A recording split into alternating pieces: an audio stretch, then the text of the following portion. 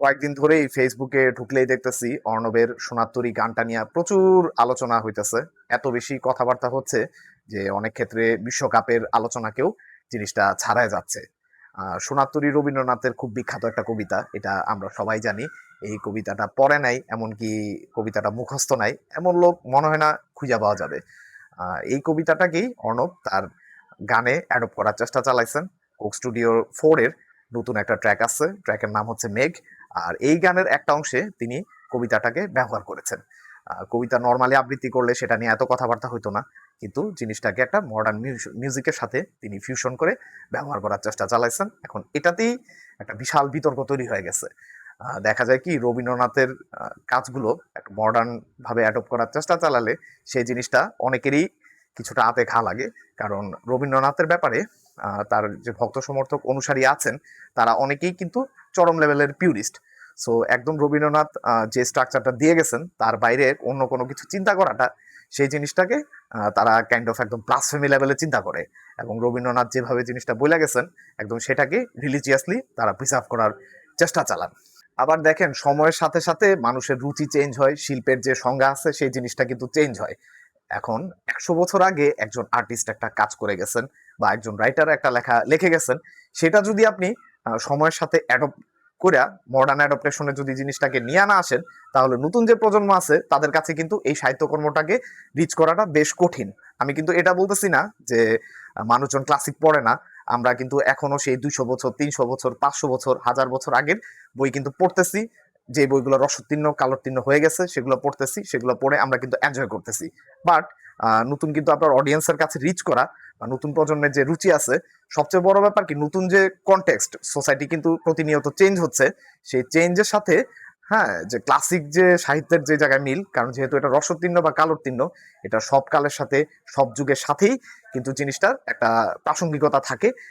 নতুন যুগের সাথে জিনিসটা কিভাবে প্রাসঙ্গিক সেই জিনিসটাকে দেখানোর জন্য ক্লাসিক যে সাহিত্যগুলো আছে সেটার কিন্তু মডার্ন অ্যাডাপ্টেশনটা প্রয়োজন আছে। এখন এখানেই প্রশ্নটা চলে আসে যে এই মডার্ন অ্যাডাপ্টেশনের কারণে সেটা কি ক্লাসিক সাহিত্যের অরিজিনাল যে মিনিংটা আছে বা অরিজিনাল কনসেপ্ট আছে বা অরিজিনাল যে হিস্ট্রিক্যাল ব্যাকগ্রাউন্ড আছে সেখান থেকে কি ক্লাসিক সাহিত্যটা সরে যাচ্ছে, নাকি এই ক্লাসিক সাহিত্যগুলোর মডার্ন অ্যাডাপ্টেশনের কারণে ক্লাসিক সাহিত্যগুলো বেঁচে আছে? মডার্ন অ্যাডাপ্টেশন না হলে কি ক্লাসিক সাহিত্য একটা সময় মানুষজন পড়া বন্ধ করে দিত, এরকম বুকশেলফে বইগুলো পড়ে থাকতো বা আর্টওয়ার্ক শুধু মিউজিয়ামে থাকতো, সেটা কি মানুষের মনের কাছাকাছি আসতো না? আজকে আমরা এই প্রশ্নগুলো নিয়ে ডিসকাশনটা করব। আমার নিজের গ্রাজুয়েশন কিন্তু আর্কিটেকচার নিয়ে। তো আর্কিটেকচারও কিন্তু এই ধরনের একটা ধারা কিন্তু আছে। ক্লাসিক যে আর্কিটেকচার গুলো আছে সেই আর্কিটেকচারের আপিল কিন্তু সাধারণ মানুষের কাছে এখনো আছে, 100 বছর পরেও থাকবে, 500 বছর পরেও হয়তো থাকবে। তাজমহল যখন আমরা দেখি, তাজমহল দেখতে আমাদের কাছে ভাল লাগে। গ্রিসের যে স্ট্রাকচার গুলা, প্যান্থিয়ন, পার্থেনন, এগুলা দেখলেও আমাদের মনে কিন্তু একটা লাড়া দিয়া যায় জিনিসগুলা। তো অনেকেই দেখা যায় এই ক্লাসিক যে জিনিস আছে ওই স্টাইলে তারা চান যে তাদের নিজের যে বাড়িটা আছে বা নিজের একটা প্রতিষ্ঠান বিল্ডিং, সেই জিনিসগুলো ওইভাবে ডিজাইন করার একটা চেষ্টা বা ইচ্ছা তাদের কিন্তু আছে। তো তারা তখন আর্কিটেক্টের কাছে সেই রিকোয়ারমেন্ট গুলা নিয়ে যান। দেখা যায় কি অনেক ক্ষেত্রে যে নিউ ক্লাসিক্যাল যেটা স্টাইল, ক্লাসিক্যাল স্টাইল গুলাকে আমরা অ্যাডপ্ট করে হয়তো মডার্ন একটা আর্কিটেকচারাল বিল্ডিং করতে চাই। অনেক ক্ষেত্রেই দেখা যায় এমন আসলে জগা খিচুড়ি পাকায় যায়। ধরেন আপনি একটা মডার্ন স্টাইলে খুব গ্লাসের একটা বিল্ডিং আপনি বানালেন, এরপরে সামনে দিয়ে ওই যে গ্রিক ডোরিক কলাম দুইটা বসায় দিলেন। বা আপনার মন চাইলো যে আপনি খুব কাব্যিক মনের একজন মানুষ, আপনি একটা প্রেমের তাজমহল বানাবেন। হ্যাঁ, হয়তো দরজা জানালা এটার উপর একটু আর্টস করে দিলেন। আপনার বিল্ডিংটা মডার্ন কিন্তু একটু গোল হয়ে আছে, কোনোভাবে জিনিসটা মিললো না। তখন কিন্তু জিনিসটার ভিতরে দেখা যায় যে একটা ভারসাম্যহীনতা দেখা যায়। এবং same thing goes to any literature বা আর্ট বলেন বা ড্রামা বলেন। কোনো জিনিস যদি আপনি মডার্ন ভাবে অ্যাডপ্ট করতে চান, যখনই জিনিসটা আর কি একটু জগা খিচুড়ি পাকায় যায় তখনই কিন্তু জিনিসটা আমাদের মাথায় বাড়ি দেয়। আমাদের মনে হয় যে দেয়ার ইজ সামথিং রং। যে কোনো আর্ট ওয়ার্কের ক্ষেত্রেই ব্যালেন্স, কম্পোজিশন এই জিনিসগুলা অনেক বেশি গুরুত্বপূর্ণ। মানে যে কোনো অ্যাস্থেটিক্স এর ক্ষেত্রেই ধরেন আপনার চেহারা সুন্দর কেন, হয়তো আপনার নাক চোখ বলেন, প্রত্যেকটা জিনিস হয়তো আলাদা আলাদা ভাবে সুন্দর, কিন্তু এই জিনিসগুলো যদি সঠিকভাবে সাজানো না থাকে বা কম্পোস্ট ওয়েতে না থাকে তবে দেখবেন যে আপনার চেহারাটা কিন্তু ভালো লাগতেছে না। আর্ট ওয়ার্কের ক্ষেত্রেও কিন্তু জিনিসটা মানে অনেকাংশেই সত্য। ধরেন একটা আর্ট ওয়ার্ক আছে, সেখানে হয়তো ইন্ডিভিজুয়াল এলিমেন্টস গুলো সুন্দর, কিন্তু আপনি আলাদা আলাদা ভাবে যখন একটা ফ্রেমের ভিতর বসাইলেন সেই জিনিসের টোটালি কোনো কম্পোজিশন নাই, তখন মনে হয় কি যে জিনিসটা আমরা একটা এলোমেলো কিছু একটা দেখতেছি। সেটাকে আর্টিস্টিক ভাবে আমাদের মনে জিনিসটা নাড়া দিয়া হয়তো যাচ্ছে না। এই মিউজিক ট্র্যাকটা নিয়ে কিন্তু মানুষের অভিযোগটা ওই জায়গাতেই, ইন্ডিভিজুয়ালি প্রত্যেকটা পার্ট কিন্তু ভালোই লাগছে সবার কাছে, কিন্তু যখনই এটা একটা কম্পোজড আকারে মানে মিউজিকটাকে প্রেজেন্ট করা হয়েছে, তখন জিনিসটা কেন জানি মানুষের মনে নাড়া দিয়া যাচ্ছে না। সবার কাছে মনে হচ্ছে যে সোনার তরী যে অংশটা আছে, সেই অংশটা হয়তো কিছুটা জোর করেই এই জিনিসটার ভিতর বসানো হয়েছে।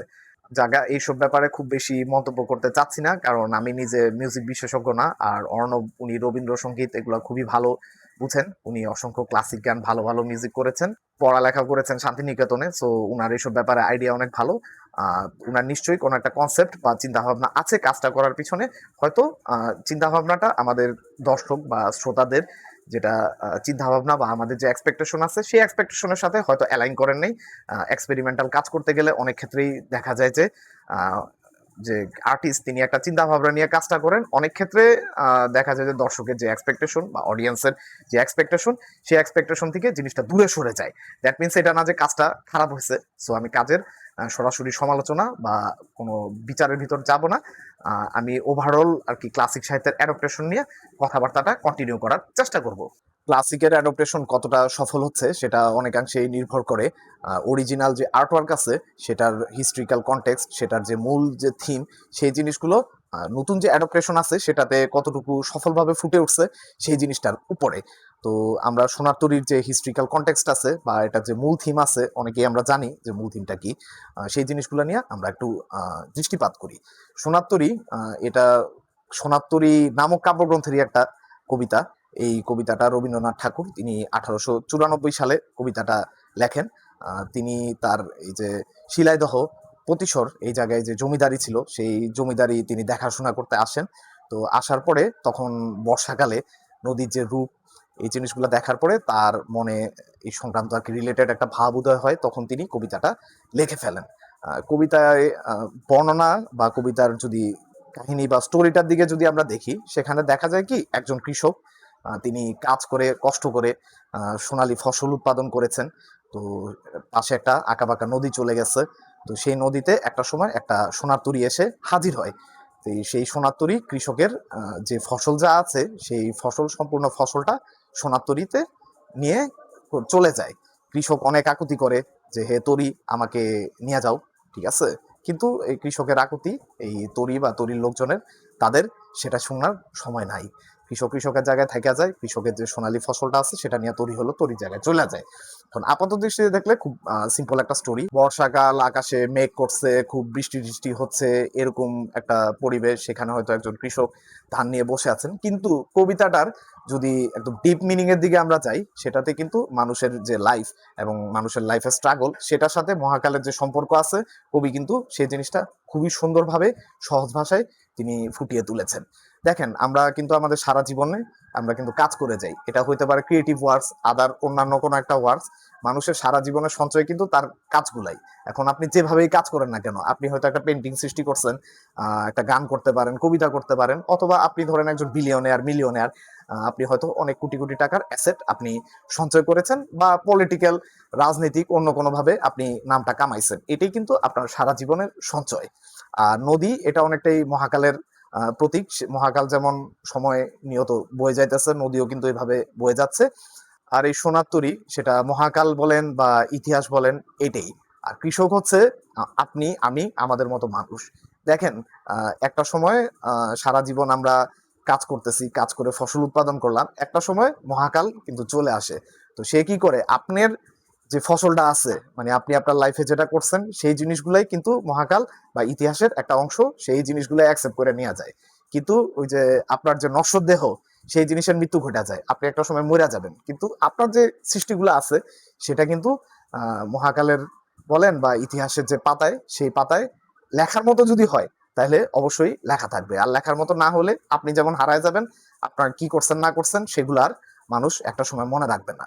কিন্তু যারা সফল মানুষ, তাদের কাজগুলো আপনি চিন্তা করেন, 100 বছর, 200 বছর, 500 বছর আগে তারা কি করে গেছেন, সেই জিনিসটা কিন্তু এখনো ইতিহাসে লেখা আছে।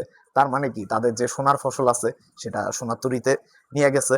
আবার ইতিহাসের কিছু সময় পরে ধরেন নদীর 1 মাইল দূরে, 2 মাইল দূরে, 10 মাইল দূরে, মানে ইতিহাসের পাতায় আরো কিছু সময়, আরো কিছু সেঞ্চুরি পরে যখন নদীর দিকে মানুষজন, সরি মানে নৌকার দিকে মানুষজন তাকাবে, সোনার তরীর দিকে তাকাবে, তখন দেখবে কি এই সোনার তরীতে অমুকের সোনার ফসল কিন্তু সোনার তরীর একটা অংশে পরিণত হয়ে গেছে। তখন মানুষ অ্যাডমায়ার করবে, ওই দেখ যে 100 বছর আগে অমুক মনীষী ছিল, তার একটা আর্টওয়ার্ক, তার একটা কবিতা, হ্যাঁ, তার হয়তো একটা শিল্পকর্ম, চিত্রকর্ম, আর্কিটেকচার এই সোনার তরীর ভিতরে কিন্তু আছে, সেটা একটা সোনার ফসল, এটা একটা গোল্ডেন হারভেস্ট। এমনকি আমরা রবীন্দ্রনাথের কথাও কিন্তু বলতে পারি, তিনি 100 বছর আগে সোনার তরী কবিতাটা লিখে গেছেন। এই সোনার তরী কবিতা নিয়ে আজকে আমরা কন্টেন্টস বানাইতেছি, একজন হলো একটা মিউজিক্যাল ট্র্যাক বানাইছে, আর এটা নিয়ে আজকেও কিন্তু এখন হয়তো আলোচনা চলতেছে, তর্ক বিতর্ক সমালোচনা চলতেছে। দ্যাট মিনস কি, যে রবীন্দ্রনাথ, ব্যক্তি রবীন্দ্রনাথ, তার নশ্বর দেহের মৃত্যু হয়েছে, কিন্তু তার যে আর্টওয়ার্ক, তার জীবনের যে সোনালী ফসল, কৃষক রবীন্দ্রনাথের কষ্টের যে ফসল, সেটা নিয়ে কিন্তু এখনো আলোচনা চলতেছে, আরো হয়তো 200, 300, 500 বছর পরেও আলোচনা চলবে। দ্যাট মিনস সেই সেন্সে তিনি কিন্তু রসোত্তীর্ণ, কালোত্তীর্ণ হয়ে গেছেন। এটাই সোনার তরী কবিতার মেইন থিম। অর্ণবের মেঘ গানটার ভিতরে সোনার তরীর যে সেন্ট্রাল যে থিম আছে, সেই থিমটা আসলে কতটুকু ফুটে উঠেছে, খুব একটা আছে এমন কিন্তু না। ভিজুয়াল যে থিমটা আছে, সোনার তরী কবিতাটা ওই যে এরকম বৃষ্টি বা বর্ষামুখর একটা পরিবেশ, সেই জিনিসটা নিয়ে লেখা। এই গানটাও মূলত কিন্তু এরকম বর্ষার যে পরিবেশ আছে সেই জিনিসটা নিয়ে লেখা। কম্পোজার উনি মনে হয় না, বা লিরিসিস্ট যারা আছেন, মনে হয় না আসলে মানে থিমটার খুব গভীরে যাওয়ার চেষ্টা করছেন। থিমটার যে ভিজুয়াল এলিমেন্টস গুলো আছে, মানে সোনার তরী কবিতার যে ভিজুয়াল এলিমেন্টস গুলো আছেন, সেটাই তারা গানের অ্যাস্থেটিক্স এর ভিতরে রাখার চেষ্টা করেছেন। যে একটা বৃষ্টি সংক্রান্ত কবিতা, এটাও একটা বৃষ্টি সংক্রান্ত গান, তো এর ভিতরে সোনার তরীটা জাস্ট আমরা ব্যবহার করতেছি। সো এটা আমি আসলে খারাপ কিছু দেখতেছি না। জিনিসটা সবসময় যে আপনার একদম মানে যে কোনো আর্টওয়ার্ক আপনি যখন দেখবেন সবসময় যে আপনার একদম গভীরে যাওয়া লাগবে, বিষয়টা কিন্তু এমন না। ভালো আর্টওয়ার্ক অনেক সময় মানে দেখে আমাদের কিন্তু চোখের একটা শান্তি বা ভিজুয়াল একটা প্লেজার দেওয়ারও একটা বিষয় আছে।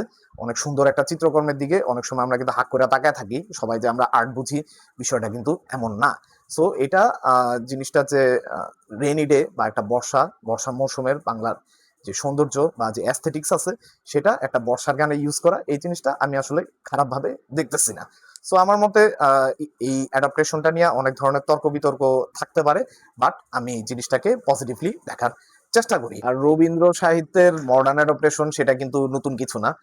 চোখের বালি সিনেমাটা হয়েছে, যদিও এটা মডার্ন অ্যাডাপ্টেশন না, মডার্ন সময় বানানো একটা ছবি হলো, যে সময়ের প্রেক্ষাপটে ওইটা লেখা হয়েছে, সেই প্রেক্ষাপটটাই মোটামুটি ভিজুয়ালি সিনেমার ভিতরে রাখার চেষ্টা করা হয়েছে। অনেক সময় ইভেন দেখা যায় কি, কোনো রক ব্যান্ড বলেন বা মেটাল ব্যান্ড বলেন বা নতুন ধারার যারা মিউজিক শিল্পী আছেন, তারা যখন রবীন্দ্রনাথ কিংবা নজরুল তাদের মতো ক্লাসিক যারা সাহিত্যিক আছেন, তাদের কাজগুলো যখন অ্যাডপ্ট করার চেষ্টা চালান, তখনই আবার তাদের উপর ওই সেই ব্লাসফেমির অভিযোগটা কিন্তু চলে আসে। শিরোনামহীন তারা যখন রবীন্দ্রনাথ অ্যালবামটা বের করেছিলেন, সেটা নিয়ে মানে প্রচুর তর্ক বিতর্ক হয়েছে।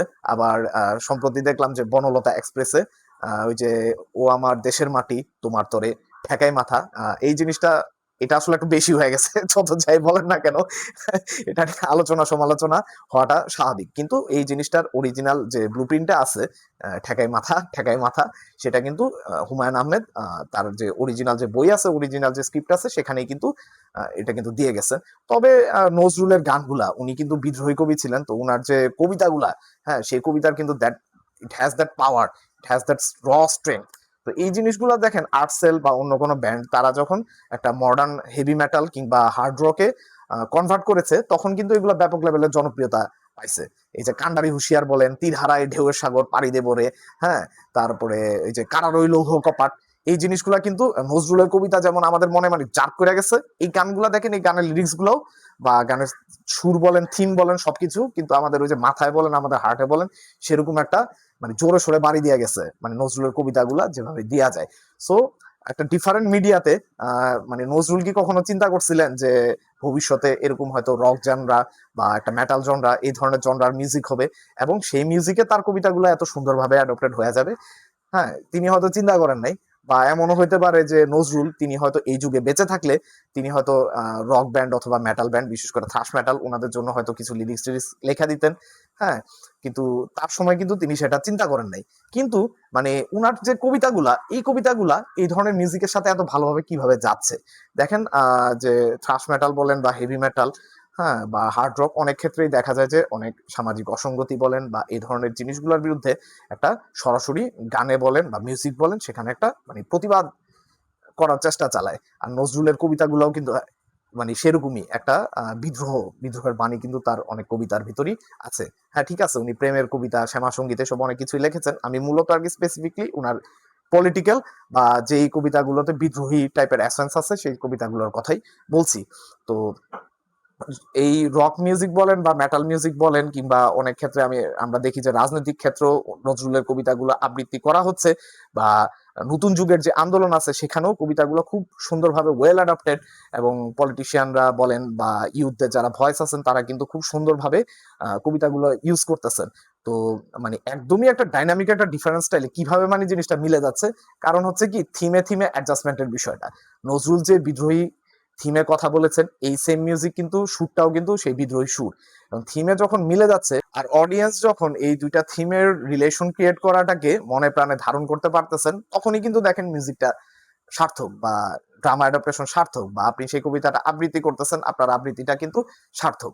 সো একটা ক্লাসিক জিনিস খুবই সুন্দরভাবে আমাদের মডার্ন আমাদের বর্তমান সময়ের যে আকাঙ্ক্ষা, আমাদের বর্তমান সময়ের আমাদের যে দ্রোহ, বর্তমান সময়ের আমাদের যে ক্ষোভ, যেসব কথা আমরা বলতে চাই, হ্যাঁ, সেই জিনিসগুলোর সাথে খুব সুন্দরভাবে জিনিসটা কিন্তু অ্যাডজাস্ট করে যাচ্ছে।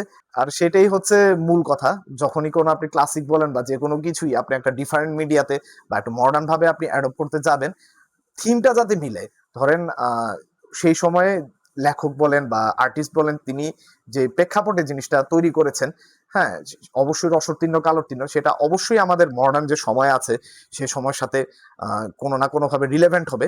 তো এই যে রিলেভেন্সটা যদি কাজের মাধ্যমে এক্সপ্রেস করার সুযোগটা থাকে এবং সেটার সাথে যদি আপনি অডিয়েন্সকে বা পাঠককে বা যারা দেখতেছে তাদেরকে যদি আপনি রিলেট করতে পারেন, তবে অবশ্যই আপনার যে অ্যাডাপ্টেশনটা আছে সেই অ্যাডাপ্টেশনটা 100-100 100 সাকসেসফুল হবেই। আর আর্ট কিন্তু একটা কন্টিনিউয়াস প্রসেস, আর্ট কিন্তু আউট অফ নোওয়্যার একদম শূন্য থেকে নাজিল হয় না। সেই আদিম যুগ থেকে যখন গুহা মানবরা ওই যে গুহার ভিতর আহ বাইসনের ছবি, হরিণের ছবি, শিকার করার আগে এইসব ছবি টবি আঁকায় যেত, হাতের ছাপ দিত, তখন থেকে যে ধরেন আর্ট ওয়ার্কের যে ধারাটা শুরু হয়েছে একদম রিসেন্ট মডার্ন যে আর্ট আছে, মডার্ন মিউজিক বলেন, সেই জিনিসটা কিন্তু সেই ধারারই একটা কন্টিনিউয়েশন। সো আপনি আজকে যে আর্ট ওয়ার্কটা করতেছেন সেটা আপনি চান কিংবা না চান, সেটা কোনো না কোনো ভাবে 100 বছর 200 বছর বা ক্লাসিক যে আর্ট ওয়ার্ক গুলো আছে সেটা দ্বারা আপনি চেতন কিংবা অবচেতন ভাবে ঠিকই কিন্তু আপনি ইনফ্লুয়েন্সড হবেন। তো দেখা যায় কি মডার্ন সময়ে যে বিভিন্ন ধরনের নাটক বলেন, চিত্রকর্ম বলেন, any kind of art work, সেগুলোর উপরে ক্লাসিকের কম বেশি ইনফ্লুয়েন্স কিন্তু অবশ্যই আছে এবং এটা ভবিষ্যতেও কিন্তু একটা না একটা সময় থাকবে। ইভেন দেখেন আমরা ফেসবুকে ঢুকলে অনেক ধরনের মেম দেখি, ক্লাসিক্যাল অনেক আর্ট ওয়ার্ক আছে, সেই আর্ট ওয়ার্ক গুলাকে এখন হলো মেম আকারে উপস্থাপন করা হচ্ছে। আমাদের মডার্ন লাইফে একটা মডার্ন যে প্রবলেম আছে, ধরেন আপনার রোমান্টিক রিলেশনশিপ রিলেটেড প্রবলেম বা আপনার একটা খেলা দেখা সংক্রান্ত একটা সিচুয়েশন, হ্যাঁ, আপনার প্রিয় দল হয়তো জিততেছে, হারতেছে, বা অমুক প্রিয় দল হয়তো ফেভার পাচ্ছে, অমুক ফেভার পাচ্ছে না, এই জাতীয় মেমসের সাথে ক্লাসিক্যাল মেমসের বা ক্লাসিক্যাল একটা আর্টওয়ার্কের সম্পর্ক মানুষজন তৈরি করে ফেলতেছে। হ্যাঁ, আবার দেখেন যে ক্লাসিক্যাল অনেক মিউজিক আছে, হ্যাঁ, ওই হয়তো মানে ওই যে মোজার্ট, বিটোফেন, এদের মিউজিকও আমি দেখছি যে অনেক মেমের পিছনে মানে মানুষ ব্যবহার করতেছে আর কি, মেম টেমপ্লেটের পিছনে। দ্যাট মিনস কি, দেখেন যে ক্লাসিক্যাল যে আর্টওয়ার্ক গুলো আছে সেটা কিন্তু সম্পূর্ণ নতুন এবং সম্পূর্ণ ভিন্ন একটা কনটেক্সটে, মানে এই কনটেক্সটে যে এই জিনিসটা অ্যাডপ্ট হয়ে যাবে এটা আর্টিস্ট চিন্তাই করতে পারে নাই। ইভেন মানে মডার্ন সময় আমরা হয়তো চিন্তা করতে পারি না, কিন্তু কেমনে কেমনে জানি মানে জিনিসটা অ্যাডজাস্ট হয়ে গেছে। আবার অনেক সময় দেখা যায় কি একটা আর্টওয়ার্ক সম্পূর্ণ একটা উদ্দেশ্য নিয়ে লেখছেন বা একটা অর্থ আছে, কালের বিবর্তনে কি সেই আর্টওয়ার্কটার, হ্যাঁ, যে মিনিংটা সেটা হলো মানুষের কাছে মিনিংটা মানে ডিফারেন্ট আর কি, চেঞ্জ হয়ে যায়। বিশেষ করে মিউজিকের ক্ষেত্রে এই জিনিসটা অনেক বেশি হয়।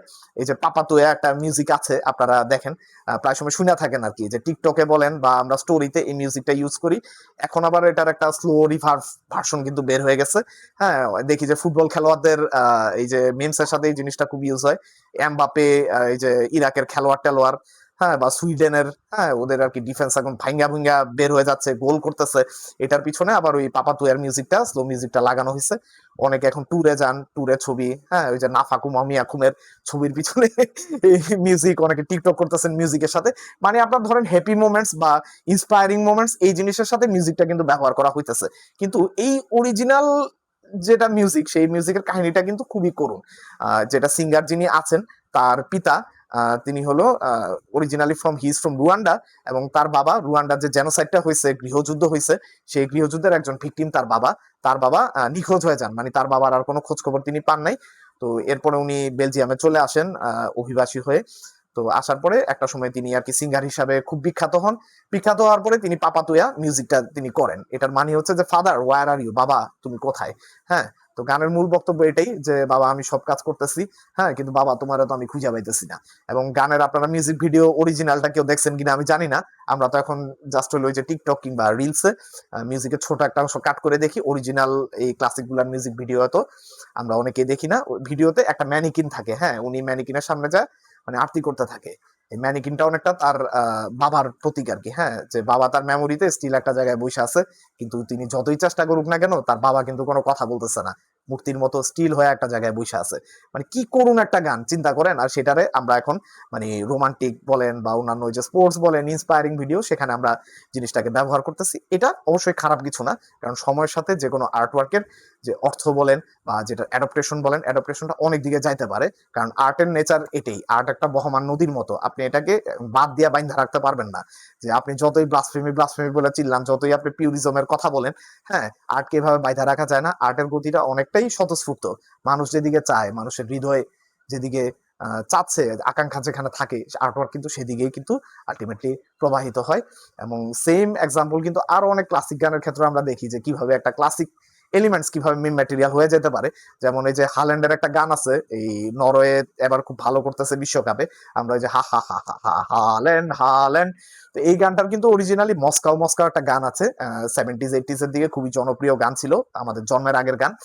তো ওই জিনিসটাই এখন আলটিমেটলি একটু লিরিক্স টিরিক্স চেঞ্জ করে স্টেডিয়াম চ্যান্ট হয়েছিল, স্টেডিয়াম চ্যান্ট থেকে এখন এটা এখন রীতিমতো একটা গান বানায় ফেলছে। হ্যাঁ, দেখেন যে মানে কোন জায়গার জিনিস কিভাবে অ্যাডপ্ট হতেছে। সো এই সাহিত্য বলেন বা মিউজিক বলেন বা শিল্প, এই শিল্পের এই স্বতঃস্ফূর্ত গতির কারণে সেটা যে কোনো ভাবে অ্যাডপ্টেড হতে পারে। আপনার আজকের একটা সিরিয়াস একটা জিনিস পরশু দিন হয়তো মিম ম্যাটেরিয়াল হয়ে যেতে পারে। আপনি আজকে মেমের জন্য একটা জিনিস বানাইলেন, সেটা হয়তো 100 বছর পরে, 10 বছর পরে বা 20 বছর পরে মানুষের কাছে দেখবেন যে একটা আর্টিফেক্ট হয়ে গেছে। এই যে দেখেন যে মিশরের বিভিন্ন হাইরোগ্লিফিক্স আছে না, হয়তো দেখবেন যে ওইটা হয়তো কোনো মেমস, রাজা বাদশাদেরকে নিয়ে মজা করে কিছু একটা লেখছে, হ্যাঁ, বা রাজা বাদশা নিজেরা হয়তো একটা জোকস লেখছে, বা তার সভাসদরা কিছু একটা লেখছে, মজা করে লেখছে, হ্যাঁ, মন চাইলো যে একটু লেখা রাখলাম, হ্যাঁ, একটু প্যাপিরাস দিয়ে লিখি। বা ওই যে সুমেরিয়ান ইউনিফর্মের ভিতরে হয়তো একটা মেমস সে বানাইলো, মেম টেমপ্লেট।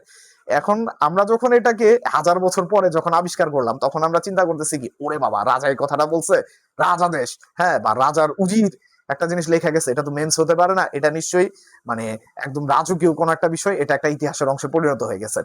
সো অ্যাডাপ্টেশন যে কোনো দিকে হতে পারে। আজকের মানে মজার জিনিস পরশুদিন হয়তো সিরিয়াস হতে পারে, আজকে সিরিয়াস জিনিস কয়েকদিন পরে হয়তো মেমস ম্যাটেরিয়ালে পরিণত হতে পারে। সো শিল্পকে স্বাভাবিকভাবে তার যে স্বতঃস্ফূর্ত গতি আছে সেভাবে আগাইতে দেওয়াটাই ভালো। আর বাদ দিয়া কখনো শিল্পকে কিন্তু আটকে রাখতে পারবেন না।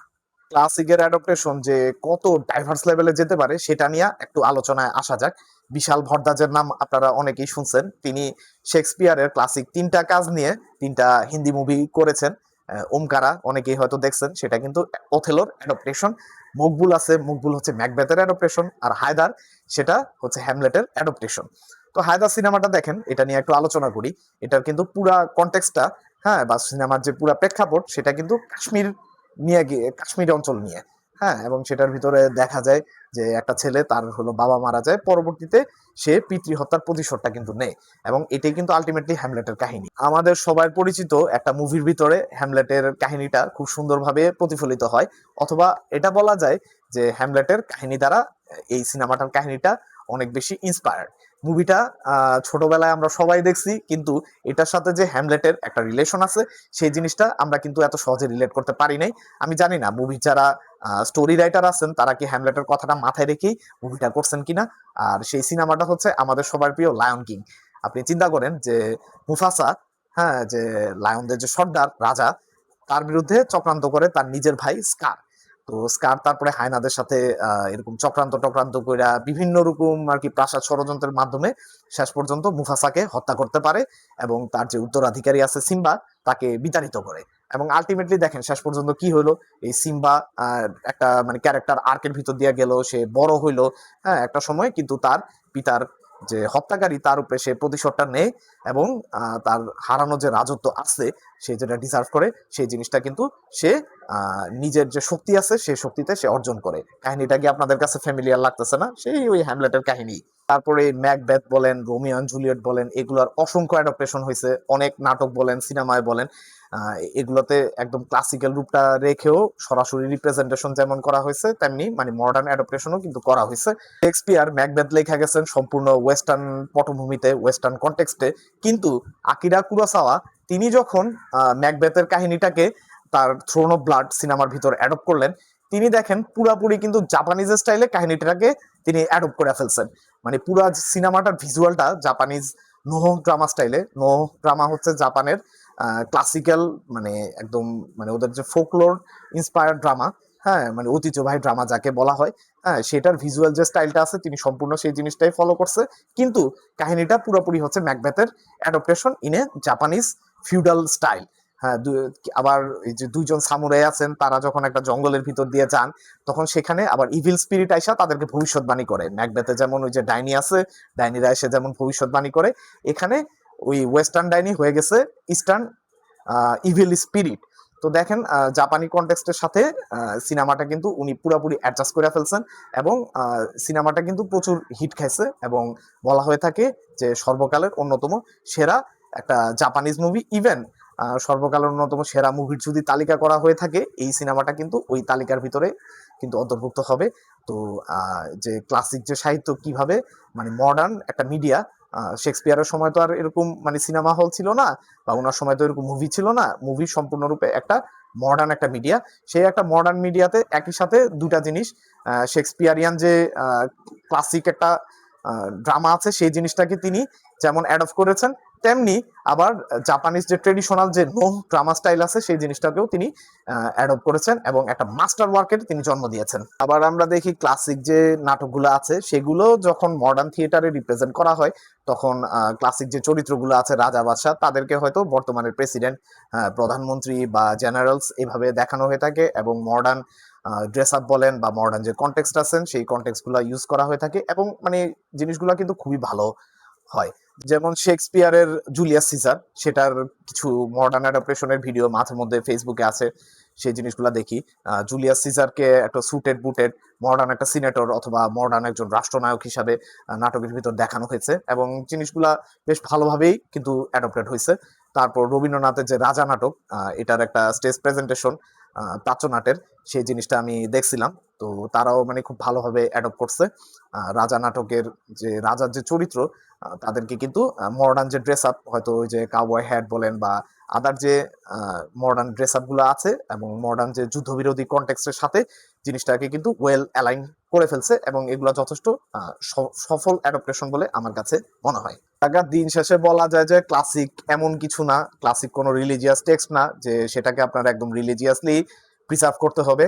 এটার অবশ্যই অ্যাডাপ্টেশনের সুযোগ আছে, অ্যাডাপ্টেশন হওয়া উচিত যাতে ক্লাসিকের যে আবেদন সেই জিনিসটা যাতে ছড়ায় পড়ে। এই যে এতগুলো উদাহরণ দিলাম, আপনি চিন্তা করেন যে ম্যাকবেথের মতো একটা কাহিনী, সেটাতে আপনি মডার্ন অ্যাডাপ্টেশনে কেন সেই জিনিসটার সাথে রিলেভেন্স আপনি খুঁজে পাচ্ছেন, বা হ্যামলেটের যে কাহিনী সেটার মডার্ন অ্যাডাপ্টেশনে আপনি কেন রিলেভেন্স খুঁজে পাচ্ছেন? এই যে 500 বছর 600 বছর আগে লেখা একটা কাহিনী, বেসিক্যালি মানুষের যে মৌলিক চরিত্র, মানুষের যে মৌলিক যে নেচার, এই জিনিসটা কিন্তু কখনোই পরিবর্তন হয় না।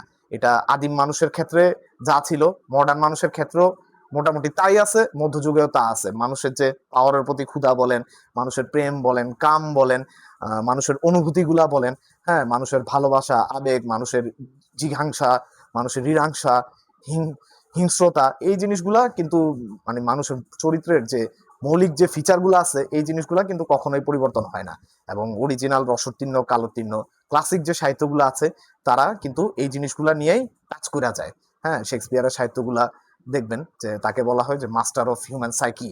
হ্যাঁ, মানুষের মনটাকে তিনি অনেক সুন্দরভাবে পড়তে পারছেন। আবার এই যে হ্যামলেট বলেন কিংবা ম্যাকবেথ বলেন, ওই সময়টাতে পাওয়ারের যে স্ট্রাকচারটা ছিল এগুলোর সাথেও বর্তমানে যে পাওয়ার প্লে আছে, ক্ষমতার যে রাজনীতি আছে, হ্যাঁ, সবকিছুই কিন্তু মানুষের যে চিন্তা ভাবনা বা মানুষের যেটা ইচ্ছা, মানুষের আবেগ, সেই জিনিসগুলো দ্বারাই কিন্তু প্রভাবিত হয়, সেভাবেই চালিত হয়।